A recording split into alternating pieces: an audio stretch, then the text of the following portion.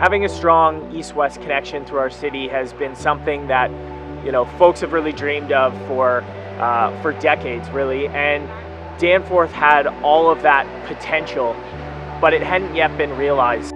Destination Danforth is a project that aims to transform the street in a way that supports more modes of transportation, allows people space to safely cycle and walk, as well as maintain the vitality of the Danforth.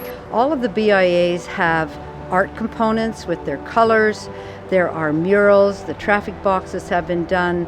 There are beautiful plantings along the bike lane. We have Cafe TO to add to it. It's just the most beautiful transformation.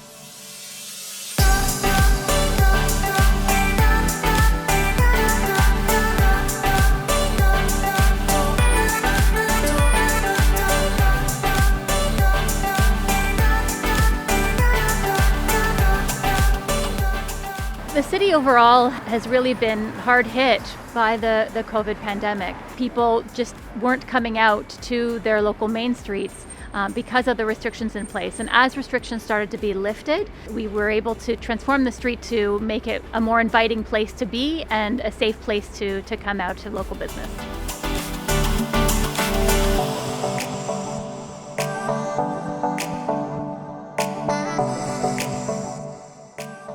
The biggest challenge during the pandemic is how do you balance your need to run a business with the need of trying to keep everyone safe and healthy. And from a BIA perspective, I think one of the challenges was in terms of messaging. What are we saying to people? Our role is to bring foot traffic to the strip in order to support small business. Is that an appropriate thing to do when there's a pandemic going on? In normal times for summer camp, for example, we would have 40 kids here. This past summer, with the restrictions that were put on us, we were only able to have 8. I've been a big fan of Destination Danforth from the beginning. As soon as I saw the plans, I knew that it was going to be a real improvement for the community. One of the key goals of the project was to provide an option for people who choose to bike instead of take transit if they're commuting into the core. And so one of the reasons why the project was extended to all the way between Broadview and nearing Victoria Park was to really mirror the Danforth subway line and provide that alternative to people who can't physically distance on transit and want another choice.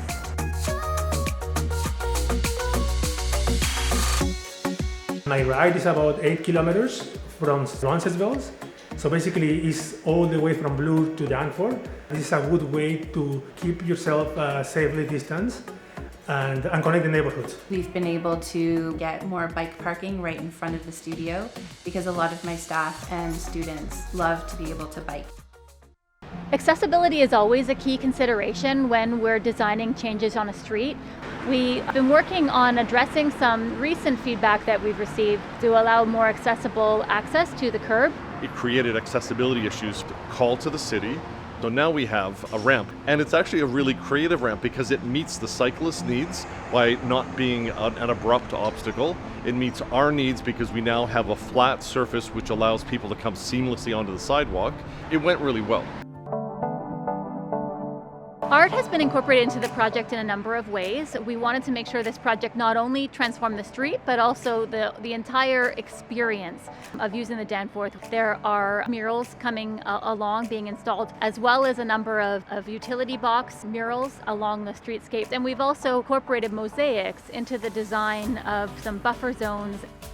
We're going to be monitoring this project very closely. We're looking at vehicle travel times, we're looking at the economic impact, we're looking at the safety performance to be able to make modifications and really optimize the way that this street is serving its users with recommendations on what should be the permanent design of the Danforth going forward. Destination Danforth has been fabulous because what it has done is really transformed one of our most beloved and most historic streets. Destination Danforth is a big win, and you can fine-tune it, which we'll do, but it's a big win, and I think it's made for a better city and for a better Danforth, and we all love the Danforth.